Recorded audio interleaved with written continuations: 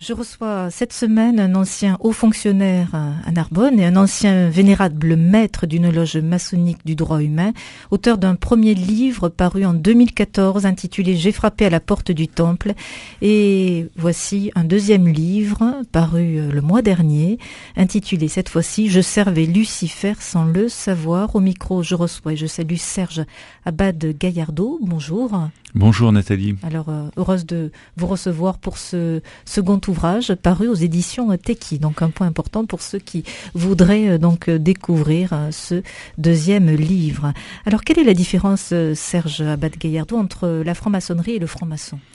Eh bien, justement, c'est une différence essentielle et ce livre traite de la franc-maçonnerie et s'adresse essentiellement aux francs-maçons puisque je fais un distinguo entre, comme dirait Elisabeth Baudouin dans un article paru à l'Eteia, je fais la différence entre l'erreur et ceux qui la professent.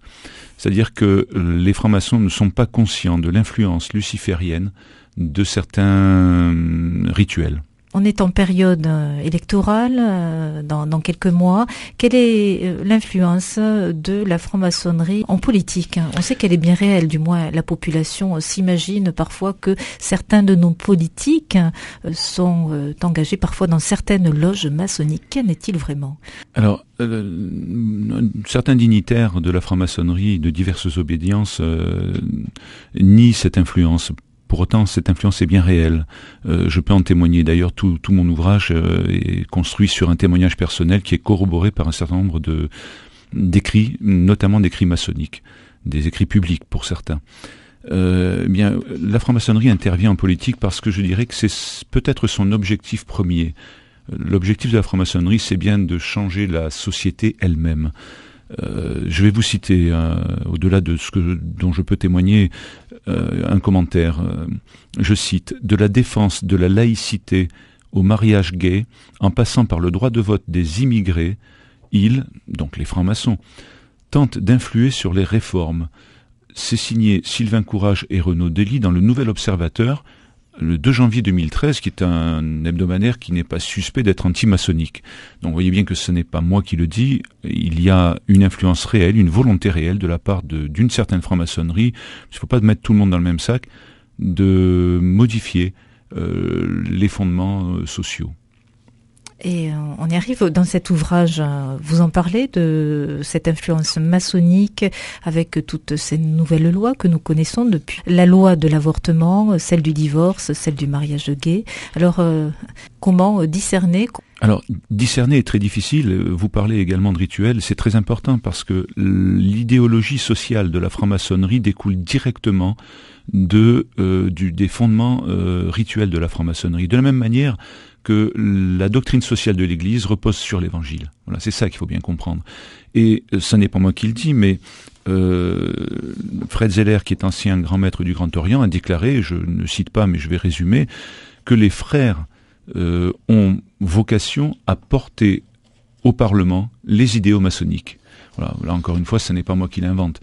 L'influence politique existe. La franc-maçonnerie est un des éléments qui anime, on va dire, certains groupes de pression. Alors ensuite, il faut quand même préciser que certaines obédiences ne participent pas directement à la vie politique. Je pense par exemple à la Grande Loge nationale de France, à la Grande Loge traditionnelle symbolique opéra, qui sont des obédiences qui n'interviennent absolument pas dans le débat public. Mais en face de ça, vous avez le Grand Orient de France, la Grande Loge féminine de France, le droit humain, dans une moindre mesure, mais tout de même, et la Grande Loge de France, qui sont des obédiences extrêmement impliquées en politique, notamment par le biais de certains parlementaires. Alors on parlait justement de ces fameuses lois aussi sur l'euthanasie. La franc-maçonnerie travaille depuis déjà très très longtemps à la légalisation de l'euthanasie. Tout à fait, Nathalie. Je démontre dans mon livre, en tout cas je crois démontrer... Vous en parlez, oui. Voilà, je crois démontrer dans mon livre que les termes mêmes qui ont été employés dans le texte qui a modifié le Code de la santé publique proviennent de planches maçonniques que je cite et que je détiens.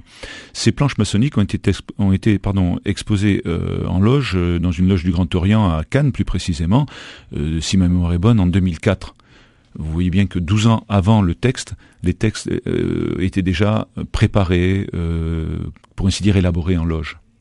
Alors pour nos auditeurs qui sont des citoyens, qui veulent choisir un candidat, parmi aussi tous nos politiques, sans faire de parti pris, sans faire de politique, comment arriver à choisir les bons candidats pour le bon poste ? Il faut discerner parce qu'effectivement la nature de la franc-maçonnerie et du message maçonnique, c'est d'être secret tout d'abord. Donc la plupart des hommes politiques qui le sont ne le disent pas. Je prends pour exemple Christiane Taubira, notre ancienne ministre, qui semble-t-il, moi je ne l'ai pas croisée en loge, mais j'ai vécu en Guyane et j'ai bien connu certains francs-maçons pour avoir fréquenté certaines loges là-bas, qui m'ont affirmé qu'elle l'était franc-maçonne. Bon, elle nie absolument l'être. Bon, vous voyez, donc c'est compliqué. Choisir un candidat, je crois qu'il faut analyser à travers les idées qui sont annoncées par les candidats. C'est le seul moyen, en dehors des cas où des francs-maçons se déclarent ouvertement, comme Stéphane Le Foll par exemple, franc-maçon du Grand Orient, je crois. Voilà, les auditeurs doivent être très attentifs, non seulement au discours, mais aux idéaux qui sont portés par ces discours. Et dès lors que certains candidats vont nous dire qu'ils ne remettront pas en cause, par exemple, le mariage homosexuel, on peut peut-être s'imaginer que s'ils ne sont pas francs-maçons, en tout cas, ils portent certains idéaux, puisque ce mariage homosexuel, sans qu'il soit question de faire preuve d'une quelconque homophobie ici, bien entendu, eh bien, est quand même largement porté par la franc-maçonnerie à l'époque où la loi est votée.